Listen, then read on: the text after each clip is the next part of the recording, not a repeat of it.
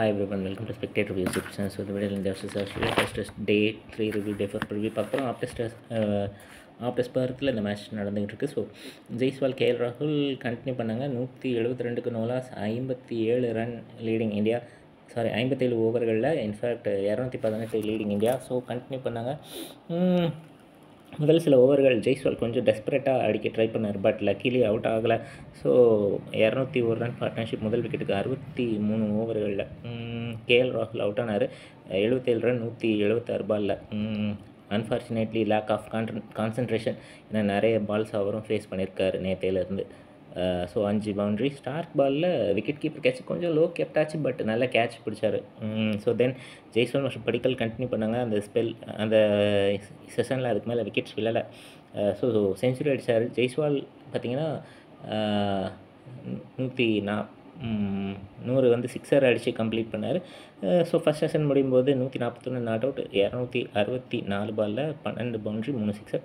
And Padikkal 25-70 ball. So extras 32. And so left right combination அப்படிங்கிறதுனால கொஞ்சம் தைரியமாயிட்டாங்க. And படிக்கல் கொஞ்சம் அவருடைய ஸ்டாண்ட்ஸ் கொஞ்சம் அன்கம்ஃபர்டபுளாக இருந்த மாதிரி இருந்தது. அவருடைய ஃபுட் ஒர்க் எல்லாம் கொஞ்சம் டிஃப்ரெண்ட்டாக இருக்கிற மாதிரி இருந்தது, பட் ஸ்டில் மேனேஜ் பண்ணார். அண்ட் ஜெய்ஸ்வால் செஞ்சுரி அடித்த பிறகு கான்ஃபிடென்ட்டாக ஆட ஆரம்பிச்சார். And Australia bowling and fielding பொறுத்த வரைக்கும் நிறைய ரன் அவுட் வாய்ப்புகள் தவறப்பட்டாங்க. இன்ஃபேக்ட் பவுலர்ஸ் எல்லாருமே பார்த்திங்கன்னா நிறைய ரன்ஸ் லீக் பண்ண ஆரம்பித்தாங்க. அண்ட் ஜெய்ஸ்வால் படிக்கல் திருப்பியும் ஸ்டார்ட் பண்ணாங்க ரெண்டாவது இன்னிங்ஸ், பட் முதல் பால்லேயே படிக்கல் அவுட் ஆகிட்டார். 71 பாலில் 25, 2 பவுண்ட்ரி. ஹேசல்வுட் பாலில் ஸ்மித்து ஸ்லிப்பில் கேட்ச் பிடிச்சார். ஸோ ரெண்டாவது விக்கெட் 76 ரன் பார்ட்னர்ஷிப்பு. ஸோ கிட்டத்தட்ட 127 பாலில் பார்ட்னர்ஷிப். அண்ட் ஸோ அதன் பிறகு சில விக்கெட்ஸ் அடுத்தடுத்த 3 ஓவர்களில் போச்சு. படிக்கல் அவுட் ஆன பிறகு பார்த்திங்கன்னா பண்ட் அண்ட் ஜுரல் அவுட் ஆனாங்க. இந்த 3 விக்கெட்டும் பார்த்திங்கன்னா அடுத்தடுத்து ஒரு 3 ஓவரில் போச்சு. ஸோ பண்ட் லயன் பாலில் ஸ்டம்பிங் கேரி பண்ணார் அண்ட் ஒரு ரனில். அண்ட் ஜுரல் அவரும் பார்த்திங்கன்னா ஒரு ரன். எல்பிடபிள்யூ கம்மின்ஸ் பாலில் விக்கெட். ஸோ அதன் பிறகு வாஷிங்டன் சுந்தர் அண்ட் கோலி இன்னிங்ஸை கண்டினியூ பண்ணாங்க. கோலி 40 ரன் எடுத்தார் அந்த செஷனில்.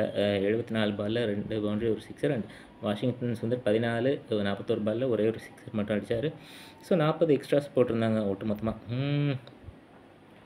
ஸோ அந்த செஷனில் ஆப்வியஸ்லி 3 விக்கெட் கிடச்சிது. இன்ஃபேக்ட் 4 விக்கெட் கிடச்சிது.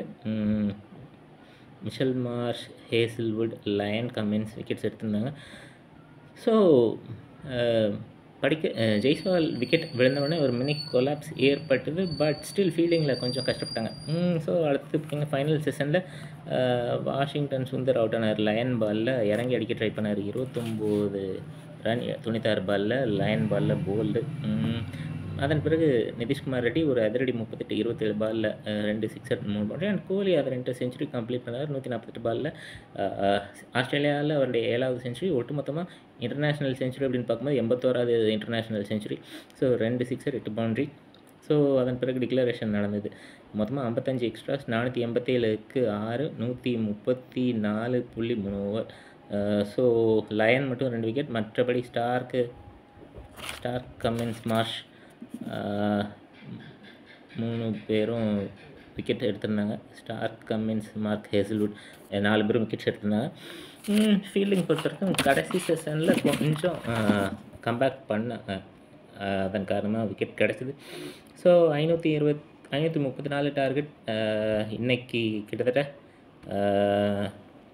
534 ரன் டார்கெட். கிட்டத்தட்ட இன்றைக்கி பார்த்திங்கன்னா 4.2 ஓவரில் 12க்கு 3 ஆஸ்திரேலியா. மெக்ஸ்வினி காவாஜா ஸ்டார்ட் பண்ணாங்க, பட் முதல் ஓவர்லேயே பும்ரா எல்பிடபிள்யூ பண்ணார். மெக்ஸ்வினியை டக் அவுட் பண்ணார் 4 பாலில். அண்ட் அடுத்து பார்த்திங்கன்னா கம்மின்ஸுடைய விக்கெட்டை சிராஜ் எடுத்தார். கம்மின்ஸ் ஆக்சுவலி 1 டவுனில் வந்தார். வழக்கமாக நைட் வாட்ச்மேன் வருவாங்க, பட் நைட் வாட்ச்மேன் வர விரும்பலையா இல்லை இவர் ஒரு எதுவும் டாக்டிக்கல் சேஞ்சு அப்படின்னு நினச்சி பண்ணாரா அப்படின்றது தெரில. ஏன்னா கம்மின்ஸ் நல்லா பேட்டிங் ஆடக்கூடியவர், பட் நைட் வாட்ச்மேன் பொறுத்த வரைக்கும் பேட்டிங் பண்ண தெரியாத பவுலர்ஸ் தான் பெரும்பாலும் யூஸ் பண்ணுவாங்க. பட் என்னை பொறுத்த வரைக்கும் இது ஒரு டாக்டிக்கல் சேஞ்ச் அப்படின்னு தான் நான் பார்த்தேன்.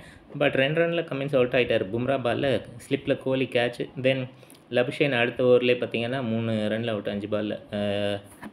கிட்டத்தட்ட அவரும் எல்பிடபிள்யூ பும்ரா பாலில் 3 ரனில். ஸோ கவாஜா மட்டும் 3 ரனில் நாட் அவுட்டில் இருக்கார். ஸோ ஒட்டுமொத்தமாக 12 ரன் 4.2 ஓவர்களில். ஸோ இப்போ பார்த்திங்கன்னா இன்னும் 4 மேட்ச் இருக்குது. 522 ரன் ஆஸ்திரேலியாவுக்கு தேவை. பட் 500 இன்னும் 2 நாள்லாம் ஆடுவாங்களா அப்படின்றது டவுட் தான். ஏன்னா ஆல்ரெடி 3 விக்கெட் போயிருக்கு. பட் ஸ்டில் பேட்டிங் டெப்த்தாக ஆகியிருக்கு. ஸோ இப்போ இந்தியா செய்ய வேண்டியது எல்லாமே ஒரு விஷயம் என்னென்னா, இப்போது மீதி இருக்கிற பேட்டிங் பொறுத்த வரைக்கும் ஹேசல்வுட் லயன் தவிர்த்து எல்லாருமே நல்லா ஆடுவாங்க. ஆல்ரெடி 3 போயிடுச்சு, இன்னும் 7 விக்கெட் எடுக்கணும். இதில் பார்த்திங்கன்னா 8 பேரில் 6 பேர் நல்லா ஆடுவாங்க. ஸோ ஃபஸ்ட்டு 1 ஹவரில் எவ்வளோ குயிக்காக விக்கெட் எடுத்தாலும் நல்லது.